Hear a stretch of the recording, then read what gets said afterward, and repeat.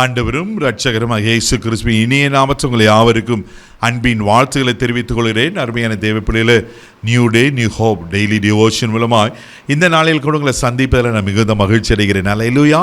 இன்றைக்கு கூட கர்த்தர் நமக்கு கொடுக்கிற வார்த்தை என்ன? சங்கீதத்தின் புஸ்தகம் 30ஆம் சங்கீதம் 5வது வசனங்களை வாசிக்க கேட்போம்.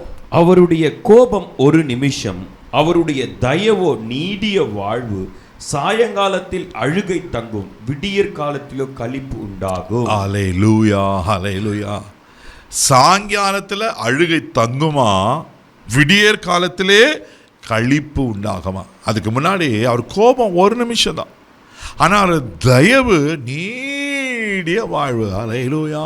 தெய்வ பிள்ளையில சாயங்காலத்தில் அழுகு.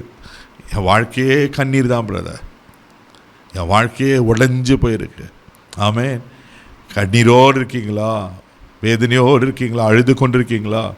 எவ்வளோ காலம் தான் நான் காத்திருக்கிறது இந்த பிள்ளைக்காக, இந்த வேலைக்காக, இந்த ப்ரமோஷனுக்காக, எங்கள் வீட்டில் சமாதானத்துக்காக, இந்த பிரிவினைகள் மாறுவதற்காக, பிள்ளைங்க வாழ்க்கையில் மனம் திரும்புதல் உண்டாகிறதுக்காக, எதிர்பார்த்துக்கிற அந்த காரியம் கைக்கூடி வருவதற்காக எவ்வளோ காத்திருக்கிறேன்.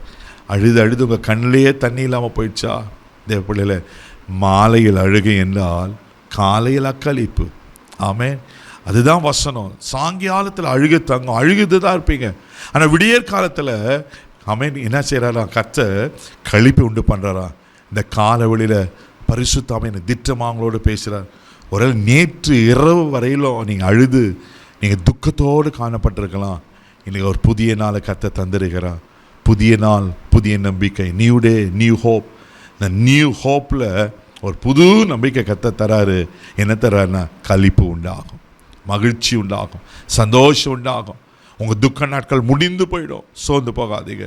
எவ்வளோதான் பிரதர் துக்கத்தோடு இருக்கிறது, எத்தனை நாள் தானே கண்ணீரில் இருக்கிறது. கலங்கி கண்டிருக்கீங்களா? யாருக்கு தெரியாமல் பாத்ரூமில் போய் அழுகிற என் அன்பு சகோதரியே, யாருக்கு தெரியாமல் இரவு நேரையில் ஆமென் அழுகிற என் அன்பு சகோதரனே, சகோதரியே, உங்கள் கண்ணீரை காண்கிற தேவன் இருக்கிறார். அவர் சொல்கிறாரு ஆமென், விடியற் காலத்தில் களிப்பு தங்குமா. வேதத்தில் வாசிப்பீங்கன்னா ஏசாயா தீர்க்கதரிசன புஸ்தகம் 65ஆம் அதிகாரம் 19வது வசனம் இப்படியா சொல்லப்பட்டிருக்கு. வாசிக்க கேட்போம். நான் எருசலேமின் மேல் களி கூர்ந்து என் ஜனத்தின் மேல் மகிழ்ச்சியா இருப்பேன். அழுகையின் சத்தமும் கூக்குரலின் சத்தமும் அதில் இனி கேட்கப்படுவதில்லை. ஹல்லேலூயா. என்ன பியூட்டிஃபுல்லா இருக்கு பாருங்க. ஆண்டவருக்கு இருதயத்தினால தான் நன்றி சொல்லுங்க. ஆமென். இதை வாசிக்கிறேன். நான் எருசலேமின் மேல் களி கூர்ந்து, ஆண்ட்ரூஸ் மேல் களி கூர்ந்து, அங்கே சொல்லப்பட்டிருக்கு என் ஜனத்தின் மேல் மகிழ்ச்சியாக இருப்பேன். அவர் நம்மளை குறித்து சந்தோஷமாக இருக்கிறாருங்க. நான் சந்தோஷமாக இருக்கணும் ஆண்டவர் விரும்புகிறார். ஆமென். நீங்கள் துக்கத்தோடு இருக்கிறது ஆண்டவருக்கு விருப்பமே கிடையாது. தேவப்பள்ளியில் நீங்கள் தொடர்ந்து வாசிப்பீங்கன்னா அழுகையின் சத்தமும் கூக்குரலின் சத்தமும் அதில் இனி கேட்கப்படுவதில்லை.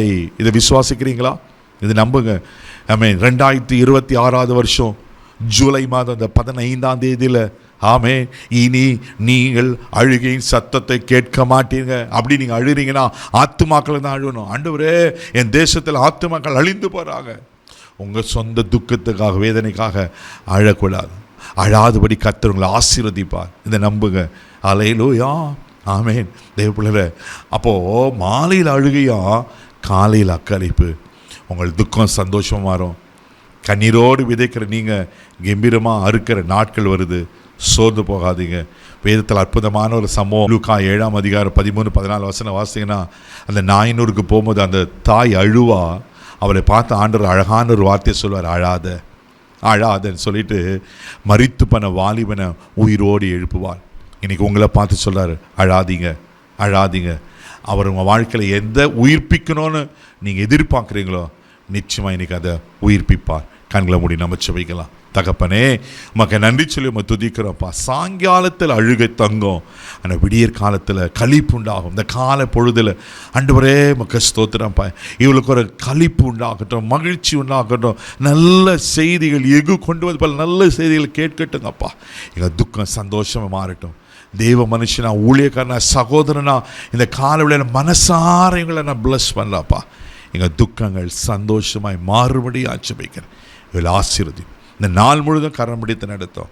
தெய்வீக பாதுகாப்பு கொப்புக்கிறேன். இயேசுவின் மூலம் ஜெபம் கேளும் பிதாவே. ஆமென். உங்கள் கண்ணீரை தொலைச்சிட்டார். தைரியமாக போங்க. God bless you.